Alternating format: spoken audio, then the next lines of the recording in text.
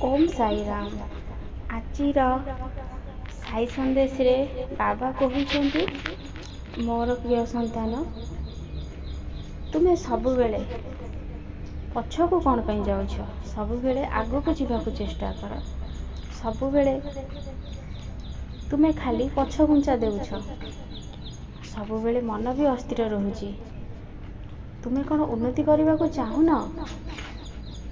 ମୁଁ ତୁମ ସହିତ ଅଛି, ତୁମେ ଆଗକୁ ଯାଅ। ତୁମେ ଲୋକମାନଙ୍କ କଥା କାହିଁକି ଶୁଣୁଛ? ସେମାନେ ଭଲ କଲେ ବି କହିବେ, ଖରାପ କଲେ ବି କହିବେ। ଆଉ ତୁମେ ଯେତେ ଆଗକୁ ଯିବାକୁ ଚେଷ୍ଟା କରିବ, ସେ ତୁମକୁ ସେତେ ପଛକୁ ଝିଙ୍କିକି ଧରିବେ। ତୁମେ କ'ଣ ତାଙ୍କ କଥା ଭାବିକି ନିଜ ଜୀବନକୁ ଅଧାରେ ରଖିଦେବ? ତୁମ ବାବା ଉପରେ ତୁମର କ'ଣ ଭରସା ନାହିଁ? ମୁଁ ତୁମକୁ କଥା ଦେଉଛି, ତୁମେ କର୍ମ କର, ଆଉ ଫଳର ଆଶା ରଖନି। ମୁଁ ତୁମକୁ ନିଶ୍ଚୟ ସାହାଯ୍ୟ କରିବି, ଆଉ ତୁମକୁ ବହୁତ କିଛି ଦେବି। ସେମାନେ ବି ଦେଖିବେ ତୁମ ପାଇଁ ତୁମ ବାବା କ'ଣ କରିପାରେ। ଜମାରୁ ବ୍ୟସ୍ତ ହୁଅନି ସନ୍ତାନ।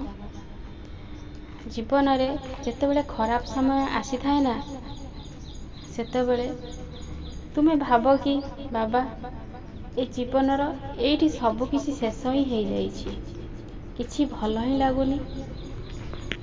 ସନ୍ତାନ, ଯାହା ହୁଏ ଭଲ ପାଇଁ ହୁଏ। ସେଇ ଯେଉଁ ଜାଗାରେ ତୁମେ ଏତେ କଷ୍ଟ ପାଇଲ, ତାର କାରଣ କ'ଣ ଜାଣିଛ? ଜୀବନରେ କିଛି ଚାଲିଯାଇନି। ଜୀବନରେ ଆଗକୁ ତୁମେ ବହୁତ କିଛି ଶିକ୍ଷା ସେ ଜିନିଷରୁ ପାଇବ। ତୁମର କିଏ ନିଜର ଆଉ କିଏ ପର। ତୁମ ଜୀବନର ପରୀକ୍ଷା ତ ସେବେଠୁ ଆରମ୍ଭ ହେଇଯାଇଥାଏ। ତୁମେ ଅଯଥା କଥା ଚିନ୍ତା କରନି। ତୁମେ ବହୁତ ଭଲ ଆଉ ବହୁତ ସରଳ ମଧ୍ୟ। ସେଥିଲାଗି ସବୁବେଳେ ସମସ୍ତଙ୍କ କଥା ଚିନ୍ତା କରୁଛ, ଆଉ ନିଜ କଥା ତ ଜମାରୁ ବି ନୁହଁ। ଆଗେ ନିଜକୁ ଭଲ ପାଅ, ତାପରେ ଦୁନିଆ ତମକୁ ଭଲ ପାଇବ। ତୁମେ ଯେତେବେଳେ ରାସ୍ତାରେ ଯାଉଛ, ତୁମକୁ ବହୁତ କିଛି କଥା ଶୁଣିବାକୁ ପଡ଼ୁଛି। କାହିଁକି ନା ତୁମେ ଭଲ କାର୍ଯ୍ୟ କରୁଛ। ସେଥିଲାଗି ଆଗକୁ ତୁମେ ଯାହା ବି କରୁଛ, ଦେଖିବ ଆଉ ଶୁଣିବାକୁ ପଡ଼ିବନି। ସମସ୍ତେ ତୁମ ପାଇଁ ଖୁସିରେ ତାଳି ବଜେଇବେ। ଆଉ ମୁଁ ରହିଲି ତୁମ ବାବା, ତୁମର ମୂକ ସାକ୍ଷୀ। ମୁଁ ଯାହା ବି କହୁଛି, ମୋ ଉପରେ ଭରସା କରିକି ଚାଲ। କୌଣସି ପରିସ୍ଥିତିରେ ମୁଁ ତୁମକୁ ହାରିବାକୁ ଦେବିନି। ସବୁ ସମୟରେ ମୁଁ ତୁମ ସହିତ ରହିବି। ଆଉ ତୁମର ଯିଏ କିଛି କ୍ଷତି ପହଞ୍ଚାଇବାକୁ ଆସିବ ନା, ଆଗେ ତୁମ ବାବାକୁ ସେ ସାମ୍ନା କରିବ। ତୁମେ କାହା କଥା ଶୁଣନି। ତୁମେ ପୁରା ଠିକ୍ ଅଛ। ତୁମ ବାବା କହୁଛି, ତୁମେ ପୁରା ଠିକ୍ ଅଛ।